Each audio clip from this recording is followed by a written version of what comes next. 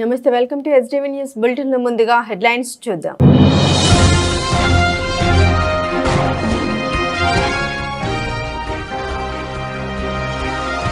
Guntur jail నుండి విడుదలైన పోసాని కృష్ణమురళి, షరతులతో కూడిన బెయిల్ మంజూరు చేసిన కోర్టు.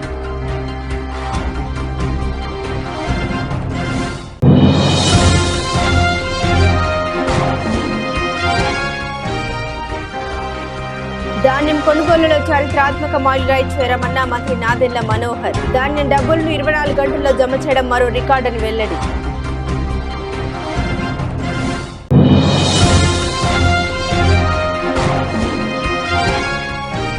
ఇరవై సూత్రాల కార్యక్రమాల అమలు కమిటీ చైర్మన్ అధ్యక్షతన సమీక్ష సమావేశం. అవసరమైన కార్యాచరణ, సవాళ్లను అధిగమించేందుకు అనుసరించాల్సిన ప్రణాళికపై చర్చ.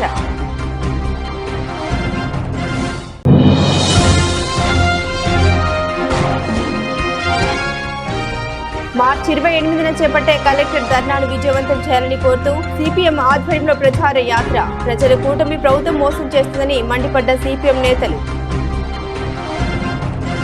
ప్రముఖ సినీ నటుడు పోసాని కృష్ణమురళి గుంటూరు జిల్లా కారాగారం నుండి విడుదలయ్యారు. పోసానికి నిన్న కోర్టు షరతులతో కూడిన బెయిల్ మంజూరు చేసింది. 2 వారాలకు ఒకసారి సిఐడి కార్యాలయంలో సంతకం చేయాలని ఆదేశించింది. జైలు నుండి బయటకు వచ్చిన పోసానికి వైకాపా నేత మాజీ మంత్రి అంబటి రాంబాబు స్వాగతం పలికారు. అనంతరం తన కుటుంబ సభ్యులతో కలిసి ఆయన కారులో ఇంటికి వెళ్లారు. ముఖ్యమంత్రి చంద్రబాబు నాయుడు, ఉప ముఖ్యమంత్రి పవన్ కళ్యాణ్, మంత్రి నారా లోకేష్ పై అనుచిత వ్యాఖ్యల కేసులో గత నెలలో పోసాని అరెస్ట్ అయ్యారు. సిఐడి కోర్టు పోసానికి నిన్న బెయిల్ మంజూరు చేసినప్పటికీ షూరిటీ సమర్పణలో జాప్యం కావడంతో విడుదల ప్రక్రియ ఆలస్యమైంది. అన్ని ఫార్మాలిటీలు పూర్తి కావడంతో జైలు నుండి విడుదలయ్యారు పోసాని.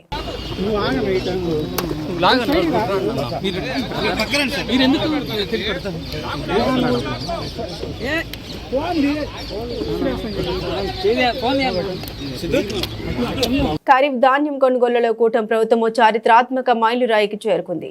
ఏ రాష్ట్ర ప్రభుత్వం కూడా కొనుగోలు చేయని విధంగా కూటమి ప్రభుత్వం 22వ తేదీ ఉదయం నాటికి 8,003 కోట్ల మేర ధాన్యం కొనుగోలు చేసి చారిత్రాత్మక మైలురాయిని చేరిందని రాష్ట్ర ఆహార, పౌర సరఫరాల శాఖ మంత్రి నాదెళ్ల మనోహర్ స్పష్టం చేశారు. శ్రీకాకుళం నుండి అనంతపురం వరకు ప్రతి జిల్లాలోనూ రైతులను ఏమాత్రం ఇబ్బంది పెట్టకుండా ధాన్యం కొనుగోలు ప్రక్రియ కొనసాగించినట్లు పేర్కొన్నారు. రికార్డు స్థాయిలో 34,78,445 లక్షల మెట్రిక్ టన్నుల ధాన్యం కొనుగోలు చేసినట్లు, తూకం తేడాలు, తేమ శాతం తేడాలు లేకుండా నిబద్ధతతో ధాన్యం కొనుగోలు చేయడం కూటమి ప్రభుత్వ పారదర్శక పాలనకు నిదర్శనమన్నారు. తెనాలిలోని మంత్రి మనోహర్ క్యాంపు కార్యాలయంలో విలేకరుల సమావేశం నిర్వహించారు. ఈ సందర్భంగా మనోహర్ మాట్లాడారు. కూటమి ప్రభుత్వం వచ్చిన తర్వాత మొదట అన్నదాతలకు సంబంధించిన సమస్యల మీద దృష్టి పెట్టాం. గత ప్రభుత్వంతో ధాన్యం సేకరించి రైతులకు డబ్బులు ఇవ్వకుండా బాకీ పెట్టిన 1,674 కోట్లను నెలలోనే విడుదల చేశాం. అన్నదాతలపై కూటమి ప్రభుత్వానికి ఉన్న చిత్తశుద్ధికి అది నిదర్శనం. దాని తర్వాత కూడా అన్నదాతల సమస్యల మీద వారికి ఎలా మేలు చేయాలి అన్న దాని మీద కూటమి ప్రభుత్వం దృష్టి సారించిందన్నారు. రాష్ట్ర ముఖ్యమంత్రి చంద్రబాబు నాయుడు గారి నాయకత్వంలో మన ఉప ముఖ్యమంత్రి గారు పవన్ కళ్యాణ్ గారి ప్రోత్సాహంతో ధాన్యం కొనుగోలు విషయంలో మా కూటమి ప్రభుత్వం ఈ రోజున అద్భుతంగా ఈ కార్యక్రమాన్ని ఖరీఫ్ మాసంలో ముందుకు తీసుకొచ్చాం. ఈరోజు ఉదయం రాష్ట్ర వ్యాప్తంగా మేము కొనుగోలు చేసిన ధాన్యం 8,003 కోట్ల రూపాయలకి చేరింది. గతంలో ఎప్పుడు కూడా ఆంధ్రప్రదేశ్లో ఈ స్థాయిలో కొనుగోలు జరగలేదు. 8,003 కోట్ల రూపాయలు, 22 లక్షల రూపాయలు. ఈరోజు ఉదయానికి మేము ఆ మైలురాయి చేరినప్పుడు చాలా అద్భుతంగా జరిగిన ఈ కార్యక్రమం మీ అందరికీ తెలియపరచాల్సిన బాధ్యత ప్రభుత్వం నుంచి మా పైన ఉంటుంది. ఎందుకంటే రకరకాలుగా దుష్ప్రచారాలు చేశారు, అనుమానాలు సృష్టించారు. అసలు నిజంగానే ప్రభుత్వం కొనుగోలు చేస్తే డబ్బులు వాళ్ళకి అకౌంట్లో వేస్తారా అని కావాలని కొన్ని సమస్యలు తీసుకొచ్చారు. కల్లాల దగ్గరనే రైతులు వాపోతున్నారని, సరుకులు కొనేవారే లేరని, క్షేత్రస్థాయిలో ఏదో అపోహలు సృష్టిస్తే ఈ వ్యవస్థకి చెడ్డ పేరు తీసుకొచ్చే విధంగా ఒక దుర్మార్గమైన ప్రచారం చేశారు. 34,78,445 మెట్రిక్ టన్నులు ధాన్యం ఈ రోజుకి మేము కొనుగోలు చేశాం.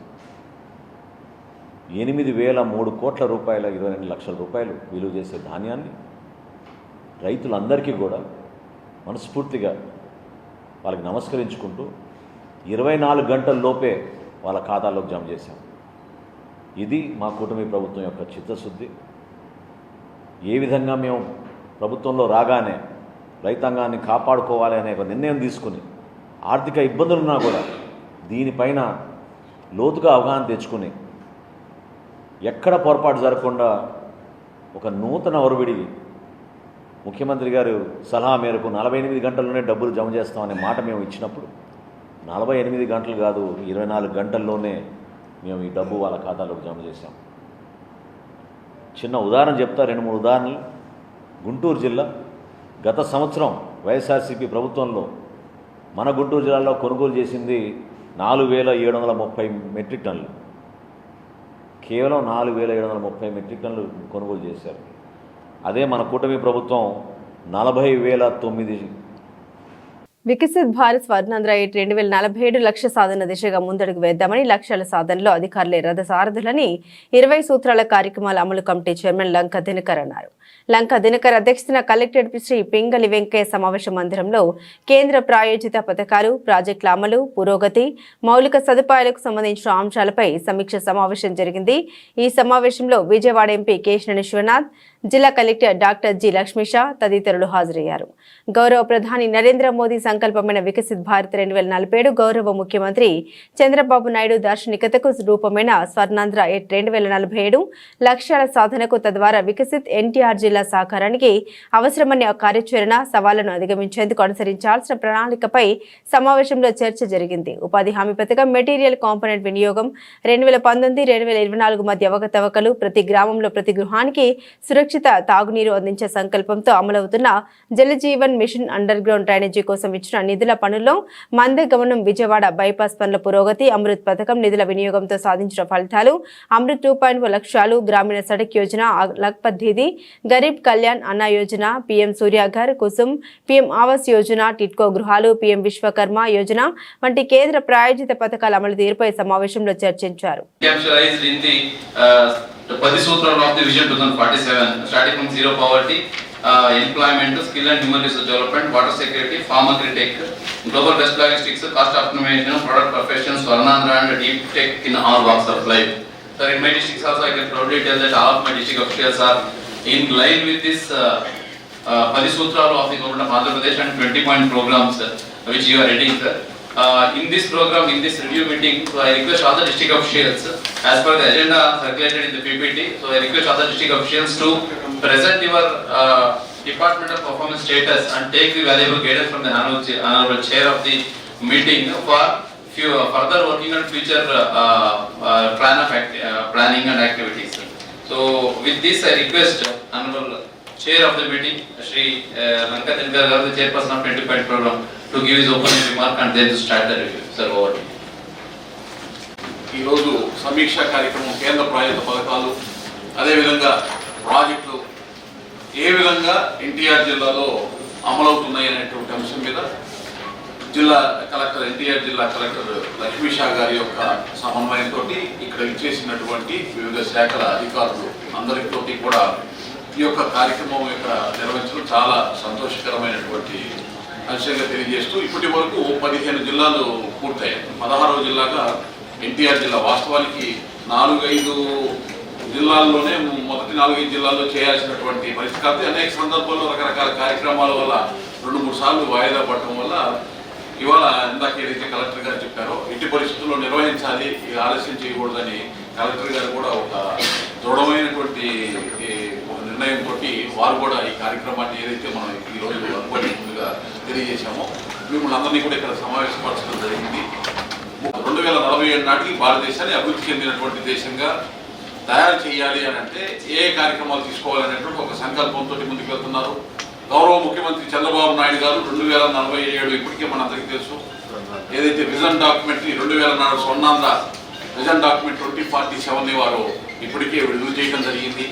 దానికి సంబంధించి ఇప్పుడు కలెక్టర్ గారు కూడా ఇనిషియల్ రిమార్క్స్లో చెప్తూ ఏదైతే స్వర్ణాంధ్ర సాధించాలి అంటే 15% వృద్ధి రేటు ఏదైతే ఉందో దాన్ని సస్టైన్ చేసుకోవాలి రాబోయే సంవత్సరాల్లో అనేటటువంటి అంశాన్ని వాళ్ళు దృష్టికి. నా వైపు నుంచి విజయవాడ అండ్ ఎన్టీఆర్ డిస్ట్రిక్ట్ అనేటటువంటి progressive district 15% is average for the total state. మీరు 15% కనుక ఇక్కడ నుంచి ప్రోగ్రెసివ్ స్టేట్ నుంచి ఇస్తే యావరేజ్ 15% కావడం ఇబ్బంది అవుతుంది కాబట్టి అది ఒక 18%, 20% అనేటటువంటి దాని మీద దృష్టి పెట్టాల్సినటువంటి అవసరం, సాధ్యం అయ్యేటటువంటి అవకాశం. ఎందుకంటే మన దగ్గర ఉన్నటువంటి అవకాశాలు వనరులను సమీక్ష చేసిన తర్వాత ఏ విధంగా ఒక సరైనటువంటి పందాలు కనుక మనం ముందుకి తీసుకెళ్ళగలిగితే తప్పనిసరిగా మనము గౌరవ ముఖ్యమంత్రి గారు 15% ఏదైతే వృద్ధి రేటుని యావరేజ్ సగటున రాష్ట్రం మొత్తం మీద అన్నారు, ఇక్కడి నుంచి మేజర్ కాంట్రిబ్యూషన్ ఇచ్చేటటువంటి అవకాశం మన దగ్గర నుంచి కూడా ఉంటుందని తెలియజేస్తూ, ఇప్పుడు ఏ అయితే కేంద్ర పాయింట్ ముఖ్యంగా ఈ యొక్క కార్యక్రమానికి మాదిరి ఇక్కడికి, ఎందుకంటే దానికి సంబంధించి కూడా ప్రతిపాదన వెళ్ళింది. అలాగే నేషనల్ లెవెల్లో కూడా వికసిత భారత్ ఇంప్లిమెంటేషన్ ప్రోగ్రామ్గా దాన్ని తీసుకోవాలి అనేటటువంటి కూడా చర్చ ఆంధ్రప్రదేశ్ నుంచే మొదలైంది. మనమే రిప్రజెంట్ చేశాము. వీటన్నిటిని ఎందుకంటే మనం డూప్లికేషన్ వర్క్ కాకుండా ఉండేదానికి ఈ యొక్క రిఫార్మ్స్ ఏవైతే ఉన్నాయో వాటిని తీసుకోవాల్సినటువంటి పరిస్థితి రాష్ట్ర కేంద్ర ప్రభుత్వాలు, ముఖ్యమంత్రి గారు, ప్రధానమంత్రి గారు కూడా ఇప్పటికీ గుర్తించారు. కాబట్టి ఇప్పుడు ఏదైతే మనము సమీక్ష చేసుకుందాం అనుకున్నామో ఒక్కొక్క శాఖల వారీగా మనం సమీక్ష చేసుకునేటప్పుడు సమయం వృధా కాకుండా పిన్ పాయింట్గా డైరెక్ట్గా సబ్జెక్ట్కి వెళ్ళే మనము సమీక్ష చేసుకుందాం. ఈ యొక్క ఏ ప్రోగ్రామ్ అయినా ఆ programme thank you. Good morning everybody. అందరికీ కూడా డిస్ట్రిక్ట్ అడ్మినిస్ట్రేషన్, నిజంగా ఎన్టీఆర్ డిస్ట్రిక్ట్ అంటేనే బాగా బిజీగా ప్రోగ్రామ్స్ ఉండే జిల్లా. ఎందుకంటే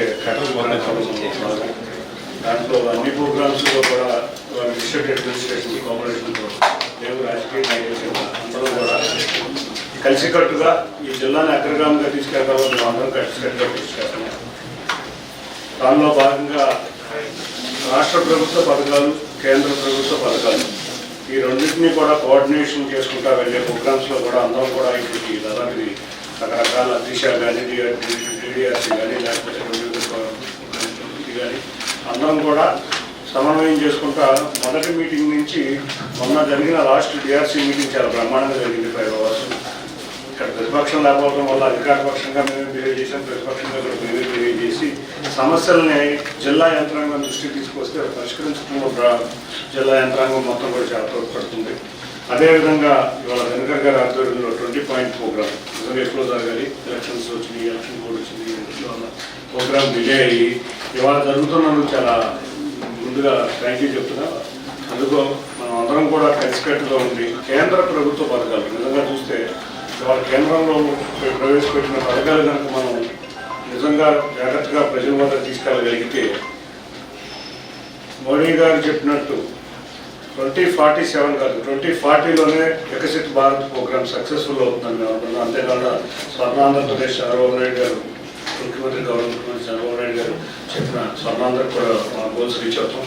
తప్పకుండా ఎటువంటి అవకాశం ఉన్నా మన జిల్లాకి ఎటువంటి నిధులు రావాలన్నా తప్పకుండా నా యొక్క కృషి తప్పకుండా ఉండాలి. మీ అందరి సహకారంతో నేను ముందుకు వెళ్ళి కేంద్ర ప్రభుత్వంలో ఎటువంటి నిధులు రావాలి, ఏమైనా పెండింగ్ ప్రాజెక్ట్స్ ఉన్నా కూడా తప్పకుండా మీకు సపోర్ట్ చేస్తామని జిల్లా అడ్మినిస్ట్రేషన్ అందరికీ కూడా అందరూ కూడా చక్కగా వరదలు కాడించి ఎన్నో కష్టపడతా కృషి చేస్తున్నారు. అందరికీ కూడా థ్యాంక్ యూ చెప్తా. వన్స్ అగైన్ ఈ 20 point ప్రోగ్రామ్ వల్ల నాకు కూడా ఫస్ట్ టైం ఇవాళ దీంట్లో రావడం, దీంట్లో ఉన్న స్కీమ్స్ కూడా నేను తెలుసుకుంటాను.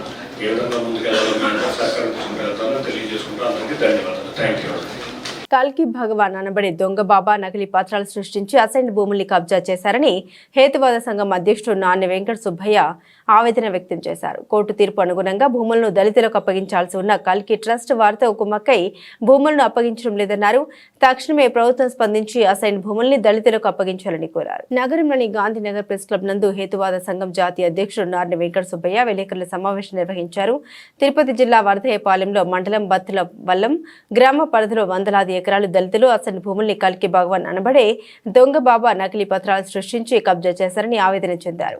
దళిత భూముల్లో 500 కోట్లతో గోల్డెన్ టెంపుల్ నిర్మించడంతో అప్పటి నుండి దళితులు ఆదాయం లేకుండా పోయిందని ఆవేదన వ్యక్తం చేశారు. అప్పటి నుండి దళితులు తమ భూముల కోసం న్యాయస్థానంలో పోరాటం చేస్తున్నారని తెలిపారు. 2024 జనవరి 10వ తేదీ నాడు హైకోర్టు కల్కి ట్రస్ట్ వారి పిటిషన్ కొట్టివేసింది. కోర్టు తీర్పుకు అనుగుణంగా భూములను దళితులకు అప్పగించాల్సి ఉన్న కల్కి ట్రస్ట్ వారితో కుమ్మక్కై భూములను అప్పగించడం లేదన్నారు. తక్షణమే ప్రభుత్వం స్పందించి అసైన్డ్ భూములను దళితులకు అప్పగించాలని కోరారు. ఎందుకు పనికిరాని వాళ్ళు, ఆవారాగా తిరిగే వాళ్ళు, కాషాయ బట్టలు వేసుకొని బాబాల వేషం వేసుకొని మెడలో రుద్రాక్షలు వేసుకొని ముఖాన్ని బూడిద పూసుకొని బాబాల పేరుతో చలమానం అవుతున్న వారు ఈరోజు ఉన్నారు సమాజంలో. వాళ్ళు ప్రభుత్వ భూములు రకరకాలుగా ఆక్రమించి ఆశ్రమాల పేరుతో మోసం చేస్తూ ఉన్నారు. ఒక పక్క ప్రభుత్వ భూములు ఆక్రమిస్తూ దళితుల భూములు అసైన్డ్ ల్యాండ్స్, వాళ్ళు కొన్ని సంవత్సరాల నుంచి వాళ్ళు తరతరాలుగా అసైన్డ్ ల్యాండ్స్ వాడుకుంటుంటే, వ్యవసాయానికి ఉపయోగించుకుంటే, వాళ్ళ భూములు కూడా ఎవరే చేస్తారులే అన్న ధీమాతో అసైన్డ్ ల్యాండ్ ఆక్రమించి, ముఖ్యంగా ఉమ్మడి చిత్తూరు జిల్లా, ఇప్పుడు తిరుపతి జిల్లాలో కల్కి భగవాన్ అని ఆయన వరదాయపాలెం మండలం బత్తులవల్లం గ్రామంలో, వీళ్ళంతా బత్తులవల్లం గ్రామస్తులు, కల్కి బాధితులు. వీళ్ళ భూములు దాదాపు 20 సంవత్సరాల క్రితము ఆక్రమించేశాడు, స్వాధీనం చేసుకున్నాడు. దానికి రకరకాల కారణాలు చెప్పాడు. వీళ్ళకి దాదాపు 20 సంవత్సరాల నుంచి వీళ్ళకి ఆధారం లేదు, భూమి ఆధారం లేదు. భూములు ఆక్రమించి 2008 ప్రాంతంలో కల్కి వరదాయపాలెంలో గోల్డెన్ టెంపుల్ అనేదాన్ని ఒకదాన్ని 500 కోట్లతో గోల్డెన్ టెంపుల్ నిర్మించాడు. మీకు తెలుసు 2008లో ఆ గోల్డెన్ టెంపుల్ కింద 5 చనిపోయారు. తొక్కిసలాట జరిగి, నిన్న తిరుపతిలోనూ నిన్న కుంభకమేళాలో జరిగి తొక్కిసలాట ఎలా చనిపోయారో ఆ రకంగా గోల్డెన్ టెంపుల్ ఓపెనింగ్ అప్పుడు 5 చనిపోయారు. నష్టపరిహారం ఇంతవరకు ఇవాళ ప్రభుత్వం ఇవ్వలేదు, వాళ్ళు ఆశ్రయం వాళ్ళు ఇవ్వలేదు. అదొక అంశం. ఇప్పుడు ప్రభుత్వ భూములు ఆక్రమించి మోసం చేస్తుంటే ప్రభుత్వం చూసుకుంటుంది, కానీ దళితుల భూములు వీళ్ళకి తిండి లేదు. వీళ్ళు ఆ భూముల మీద బతికేవాళ్ళు. వీళ్ళ భూములు కల్కి అనేవాడు ఆక్రమించి 20 సంవత్సరాల నుంచి ఆశ్రమం గట్ట మోసం చేస్తూ ఉన్నాడు. తర్వాత 2000 నుంచి మా సుమారు 20 కుటుంబాల స్థలాలని కల్కి సంస్థ వారు ఆక్రమించినారు. ఆ రోజు నుంచి మేము ఫైట్ చేస్తూనే ఉన్నాం. ఎంఆర్ఓకి రిపోర్ట్ ఇస్తాము, ఈఆర్ఓకి అర్జీ ఇస్తాము, కలెక్టర్ గారికి ఇస్తాము, ఆర్డీఓ గారికి ఇచ్చాము. ఇక్కడ అంతకుముందు హైదరాబాద్లో ముఖ్యమంత్రి కార్యాలయం పోయి ఇచ్చాము. మాకు ఇంతవరకు ఏ సమాధానం రాలా.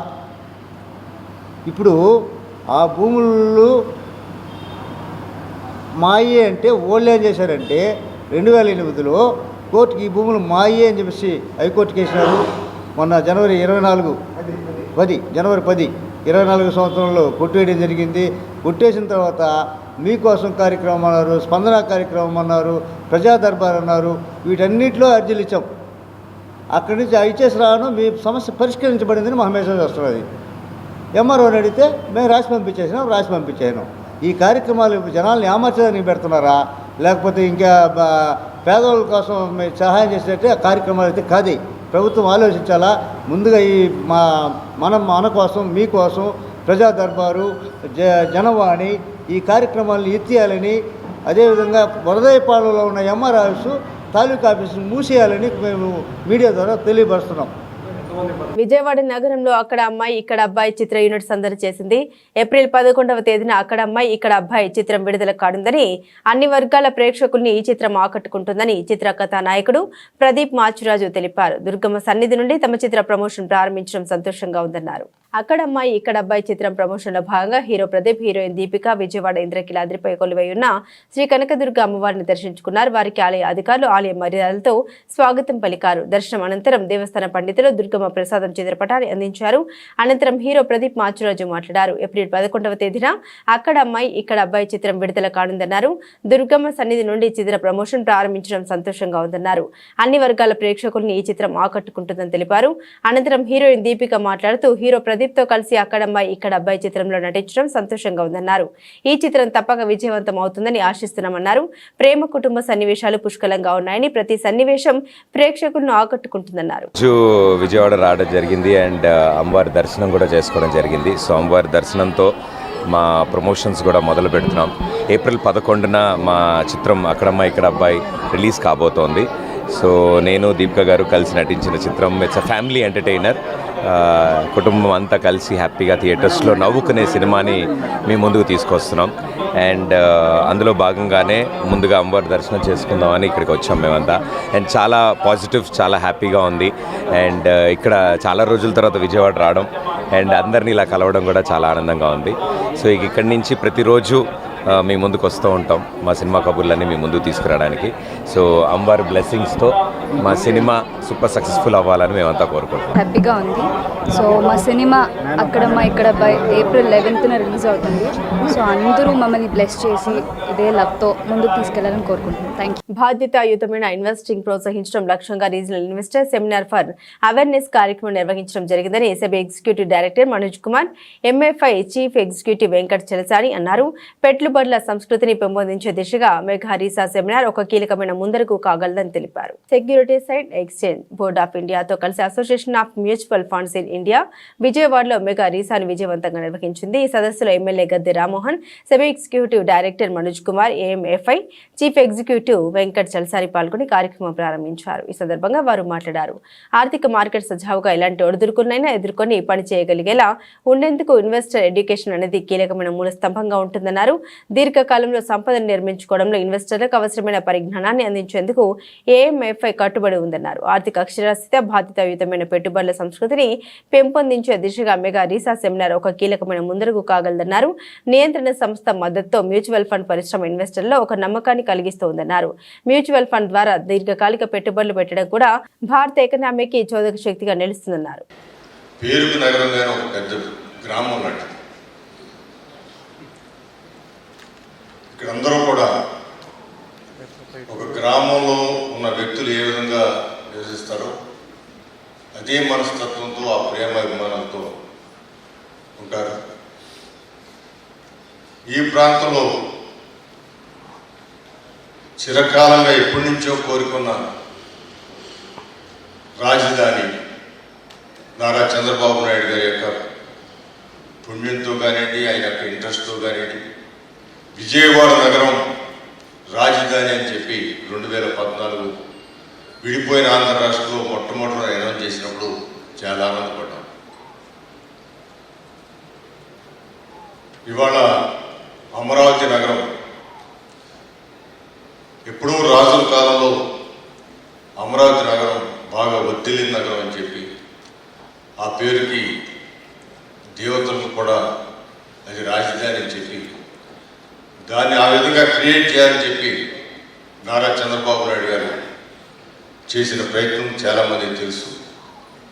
అది డిస్టర్బ్ అయిన విధానం కూడా తెలుసు. వాటన్నిటి జోలికి వెళ్లకుండా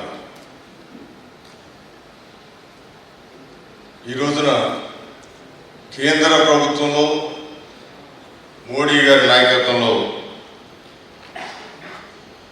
2047 వికసిత్ భారత్ అని చెప్పి ఆయన 2047 స్వర్ణాంధ్ర అని చెప్పి నారా చంద్రబాబు నాయుడు గారు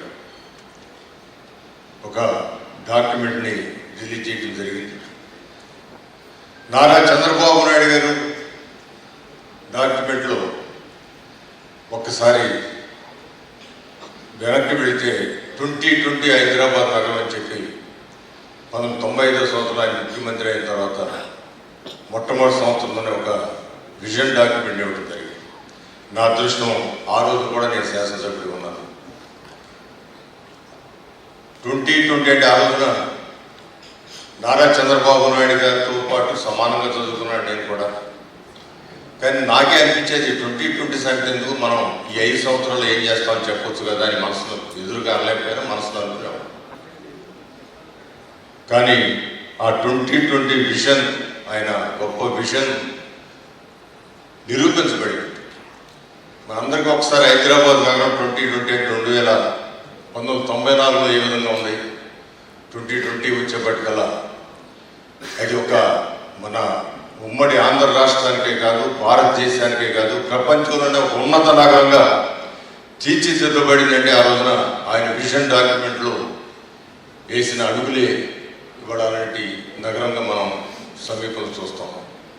చంద్రబాబుకి అమ్ముడుపోయిన మందకృష్ణ ఆంధ్ర మాదిగలకు తీరని అన్యాయం చేశారని ఆంధ్రప్రదేశ్ మాదిగ రిజర్వేషన్ పోరాట సమితి రాష్ట్ర అధ్యక్షుడు పేరుపోగు వెంకటేశ్వరరావు ధ్వజమెత్తారు. అసెంబ్లీ తీర్మానం జరగకుండానే ఆంధ్రలో మందకృష్ణ మాదిగ వర్గం సంబరాలు జరుపుకోవడం సిగ్గుచేటన్నారు. విజయవాడ గాంధీనగర్లో ఏపీ ఎంఆర్పీఎస్ సభ్యులు మంద నాగేశ్వరరావు, ఆలెటి యేసుపాదం, పులిపాక ప్రవీణ్, పూనూరు జార్జి, ఎర్రంశెట్టి ప్రసాద్తో కలిసి ఆంధ్రప్రదేశ్ మాదిగ రిజర్వేషన్ పోరాట సమితి రాష్ట్ర అధ్యక్షుడు పేరుపోగు వెంకటేశ్వరరావు విలేకరుల సమావేశం నిర్వహించారు. పేరుపోగు వెంకటేశ్వరరావు మాట్లాడుతూ 2024 ఆగస్టు 1న సుప్రీంకోర్టు తీర్పు సారాంశంలో అత్యంత వెనుకబడ్డ కులాల జనాభా తక్కువ ఉన్నా సరే అవకాశం ఉన్న చోట రిజర్వేషన్లు పెంచుకోవచ్చని తీర్పునిచ్చినట్టు తెలిపారు.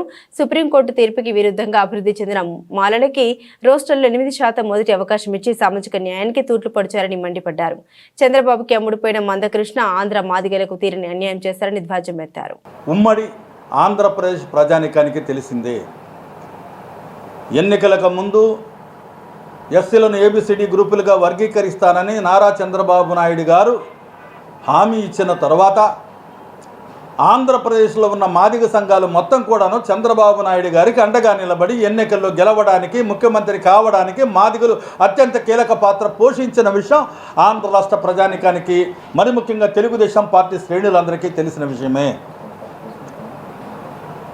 అయితే చంద్రబాబు నాయుడు గారు వర్గీకరణ చేస్తున్నాడని సంతోషపడి కృతజ్ఞత యాత్రలు చేపట్టి కృతజ్ఞత సభలు నిర్వహించి యావత్ మాదిగ జాతి చంద్రబాబు నాయుడు గారికి రుణపడి ఉంటుందని మేము పెద్ద ఎత్తున, ఆయన అనుభవజ్ఞుడు, ఒకప్పుడు వర్గీకరణ చేయడం వల్ల ఆయన హయాంలో గతంలో 22,000 ఉద్యోగాలు వచ్చాయన్న సంతోషంలో మళ్ళీ చంద్రబాబు నాయుడు గారే చెయ్యగలరని నమ్మి మేము ఓట్లేసి గెలిపించి అధికారంలోకి వచ్చిన తర్వాత ఆయన రాజీవ్ రంజాన్ మిశ్రా కమిషన్ని వెంటనే వేసి త్వరగా నివేదికను రప్పించుకొని ఈ రోజున అసెంబ్లీలో దాన్ని ఆమోదించే స్థాయికి తీసుకొచ్చినందుకు చంద్రబాబు నాయుడు గారికి కృతజ్ఞతలు, ధన్యవాదాలు చెప్పాలనుకున్నాం. 2011 జనాభా లెక్కలు తీసుకున్నందుకు, స్టేట్ని యూనిట్గా తీసుకున్నందుకు 6.5% మాదిగలకి, ఉపకులాలకి 1%, 7.5% మాలలకని చెప్పినప్పుడు ఎంతో కొంత సామాజిక న్యాయం జరుగుతుందిలే అని కూడా మేము భావించాం. కానీ నిజానికి 80 ఏళ్ళుగా ఉమ్మడి అంటే స్వతంత్రం వచ్చిన దగ్గర నుంచి 80 ఏళ్లలో ఉమ్మడి రిజర్వేషన్ల వల్ల మాదిగలు తీవ్రంగా నష్టపోయారు. అన్ని రంగాల్లో విద్య, ఉద్యోగ, ఉపాధి, రాజకీయ అవకాశాల్లో మాదిగల వాటా మాదిగలు లేకుండా 80 సంవత్సరాలు ఉమ్మడి రిజర్వేషన్ల వల్ల మాలలు తన్నుకుపోతుంటే గత 30 ఏళ్ళుగా మాదిగలు తమ హక్కుల కోసం వర్గీకరణ చేయమని, బీసీలలో వర్గీకరణ జరిగినట్లే ఎస్సీలలో కూడా ఏబిసిడి వర్గీకరణ జరగాలని 30 ఏళ్ళుగా మేము పోరాటాలు చేశాం, ఆత్మ బలిదానాలు చేసుకున్నాం, అక్రమ కేసుల్లో ఇరికించబడ్డాం. చంద్రబాబు నాయుడు గారే మొదటిలో మాదిగల గురించి మాట్లాడింది. చంద్రబాబు నాయుడు గారే వర్గీకరణ చేయబోయేదని మేము నమ్మి విశ్వసించి ఆయన పక్షాన మేము అనేక సందర్భాల్లో నిలబడ్డాం. కూటమి ప్రభుత్వం అధికారంలోకి వచ్చి 9 నెలలు గడుస్తున్నా ఎన్నికల సమయంలో పేదలకు ఇచ్చిన హామీలను అమలు చేయడం లేదని సిపిఎం నేత బాబురావు మండిపడ్డారు. 2 సెంట్ల స్థలం ఇస్తామని చెప్పడంతో ఆశతో ఓట్లు వేసిన ప్రజల్ని మోసం చేస్తున్నారని దుయ్యబట్టారు. పేదలకు ఇళ్ల స్థలాలు, టిడ్కో ఇల్లు, అద్దెదారులకు 2 సెంట్ల స్థలాలు ఇవ్వాలని కోరుతూ సిపిఎం ఆధ్వర్యంలో మార్చి 28వ తేదీన చేపట్టే కలెక్టరేట్ ధర్నాను విజయవంతం చేయాలని కోరుతూ సిపిఎం పార్టీ ఆధ్వర్యంలో ప్రచార యాత్ర కృష్ణలంక మెట్ల బజార్ ప్రాంతంలో నిర్వహించారు. ఈ సందర్భంగా బాబురావు మాట్లాడారు. ఎంతో ఆశపడి ఓట్లు వేసిన ప్రజల్ని కూటమి ప్రభుత్వం మోసం చేస్తుందని మండిపడ్డారు. 2 సెంట్ల స్థలం ఇవ్వకపోగా టిడ్కో ఇళ్ల లబ్ధిదారులకు కూడా న్యాయం చేయడం లేదన్నారు.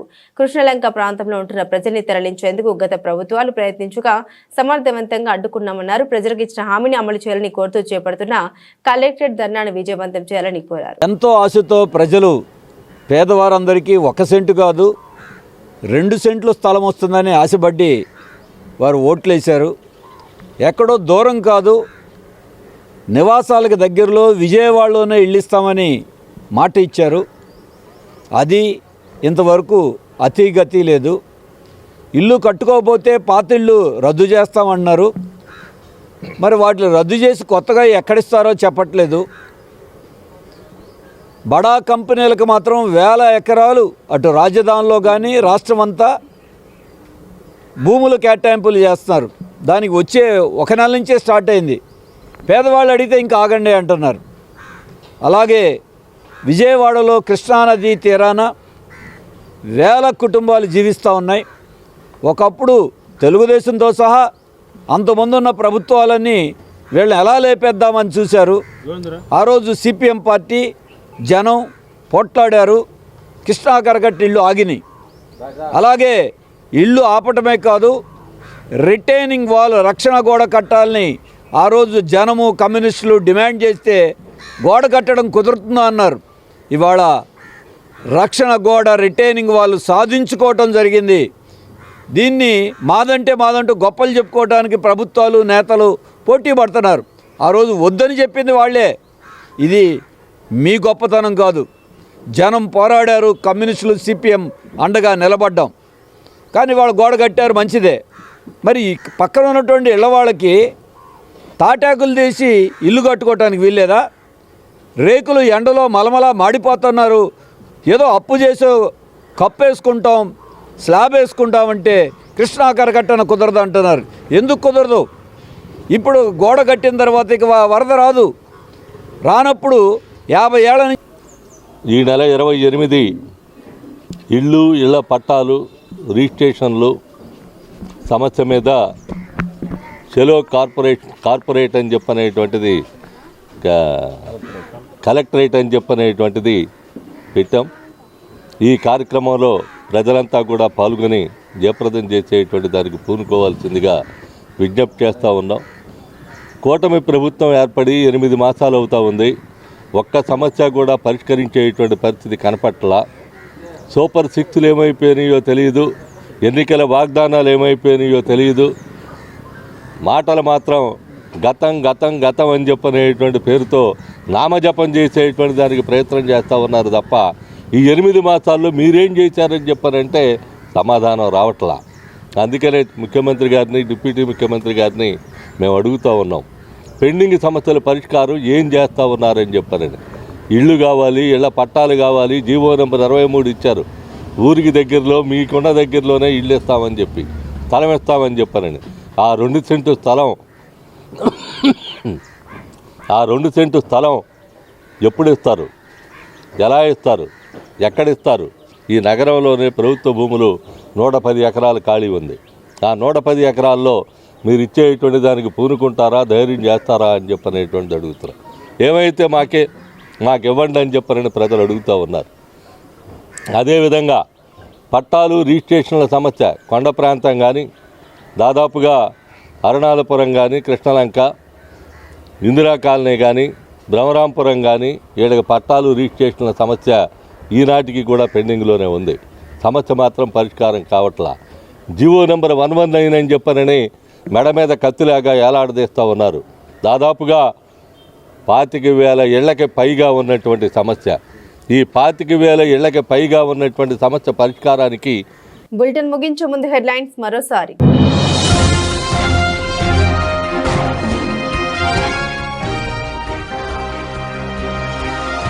గుంటూరు జైలు నుండి విడుదలైన పోసాని కృష్ణమురళి, షరతులతో కూడిన బెయిల్ మంజూరు చేసిన కోర్టు.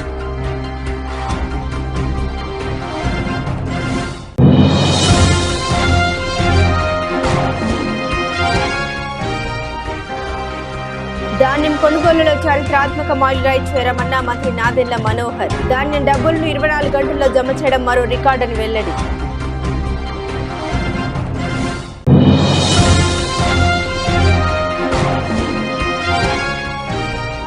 సూత్రాల కార్యక్రమాల అమలు కమిటీ చైర్మన్ అధ్యక్షతన సమీక్ష సమావేశం.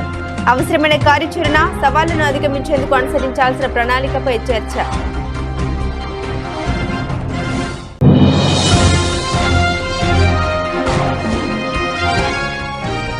మార్చి 28న చేపట్టే కలెక్టర్ ధర్నాను విజయవంతం చేయాలని కోరుతూ సిపిఎం ఆధ్వర్యంలో ప్రచార యాత్ర. ప్రజలు కూటమి ప్రభుత్వం మోసం చేస్తుందని మండిపడ్డ సిపిఎం నేతలు. ఇవి బులెటిన్ అప్డేట్స్. మరిన్ని అప్డేట్స్ కోసం చూస్తూనే ఉండండి SJV న్యూస్.